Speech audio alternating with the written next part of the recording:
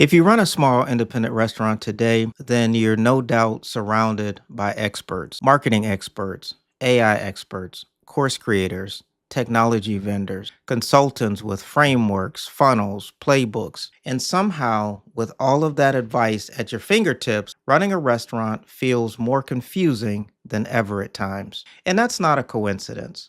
In today's video, I want to talk about guru burnout or guru fatigue. What happens when too much expert advice actually makes decision making harder, not easier, and why sometimes the smartest move isn't another tactic, tool, or trend, but just trusting your gut, your instincts about your particular restaurant. Let's get into the video.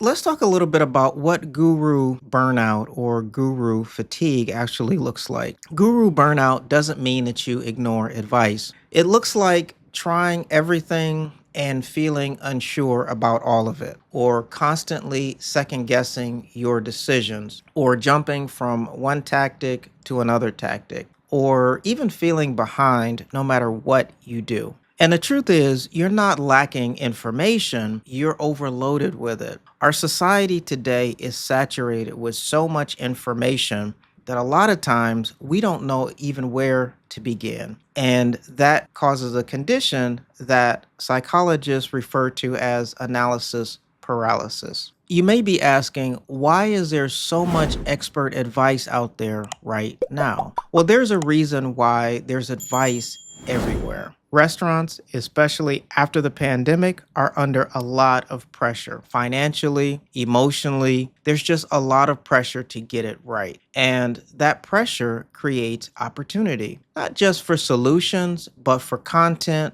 courses, software, and systems that people want to profit off of. And the truth is, when I did a lot of restaurant consulting, I was no different. I was in a similar vein. I sold websites, I sold hosting, I did menu design, I did a lot of things for restaurants. And of course, I expected to be paid for that. I did a lot of consulting and I helped a lot of small independent restaurant owners. And the truth is that everyone has a method, everyone has their own framework, everyone has a dashboard or a promise. And don't get me wrong, a lot of them work in the right context, of course. And the context is the part that often gets skipped. I used to tell my clients all the time that this is your business, not mine. You know better than I do what works. I'm just here to facilitate the solution. One of the things that a lot of experts overlook is that a one size fits all approach does not work for restaurants. Restaurants are not interchangeable. What works depends on the type of restaurant, the neighborhood, the income level of your customers, dine in versus takeout behavior and patterns, routine versus occasional dining. And a lot of the advice out there is genericized, it's generic, it's designed for high volume, fast casual restaurants, maybe tech forward urban markets or venture backed concepts that you just can't compete with. But the problem is that that type of advice breaks down completely when you're running a small local independent restaurant. Not because you're doing it wrong, but because the advice just wasn't designed for your particular restaurant. You're not operating at the scale that that advice was meant to fit. Now, there's a huge misconception that more tools mean more clarity, but that's a myth. More tools do not equal more clarity. There are AI tools, CRMs, loyalty platforms, automation software, marketing dashboards. None of these things are bad, but tools by themselves do not remove uncertainty.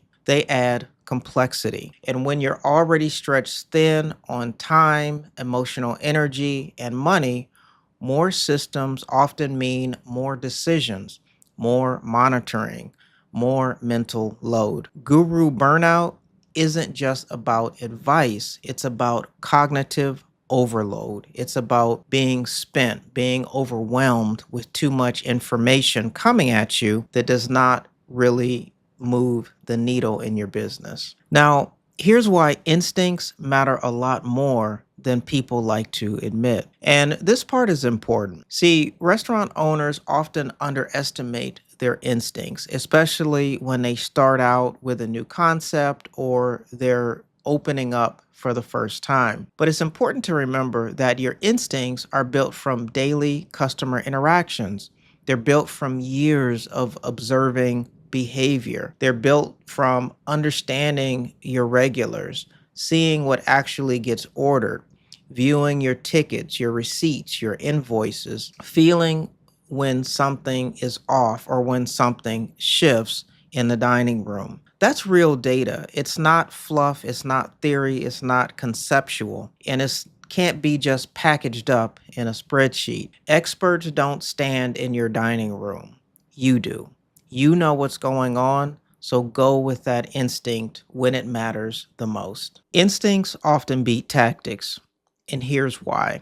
See, tactics answer how, instincts answer whether. A lot of times, instincts beat tactics, and here's why. Tactics answer how something should be done, but instincts, they answer whether something is worth doing in the first place. A tactic might be technically correct, but wrong for your audience, your timing, or your capacity at that given time. Good operators don't blindly follow advice. They filter it. They ask critical, thought-provoking questions. For example, they ask, does this fit how my customers behave? Does this match how people actually decide meals here? Does this reduce stress or will it add to it? Will this put an unreasonable load on my staff? And the truth is, that's wisdom, not just pushback, not just resistance. The best restaurants out there, they're not running everything. They're running what works for them. They say no more than they say yes to things. They repeat what's proven. They ignore trends that don't fit their business model. They choose clarity over complexity. And that's not falling behind. That's really dialing in your focus and concentrating on what matters most at any given time. Okay, so how do you break out of guru burnout or guru fatigue? Well, you need a few grounded shifts in your thinking. You want to treat advice as input, not instruction. You want to test small before you commit fully to something new, a new strategy. You want to focus on trusting patterns that you've already seen, that you've already know to be true and that will work for your business. And you need to stop assuming that the newest solution is the best one for your business. Remember, not every single restaurant wins the same way. You don't need more opinions. You need fewer, better aligned decisions. So if we break it all down, experts can offer perspective, but they don't run your restaurant. You do. And in an industry this complex, clarity doesn't come from following every voice. It comes from choosing which ones to accept and which ones to ignore. You don't need another guru. You need confidence in what fits your restaurant, your customers, and your reality. Remember, in the post-pandemic economy, just having good food is not good enough anymore. And if no one walks through the front door of your restaurant, then nothing else matters. I'm Donovan Garrett. Thanks so much for watching, and we'll catch you in the next video.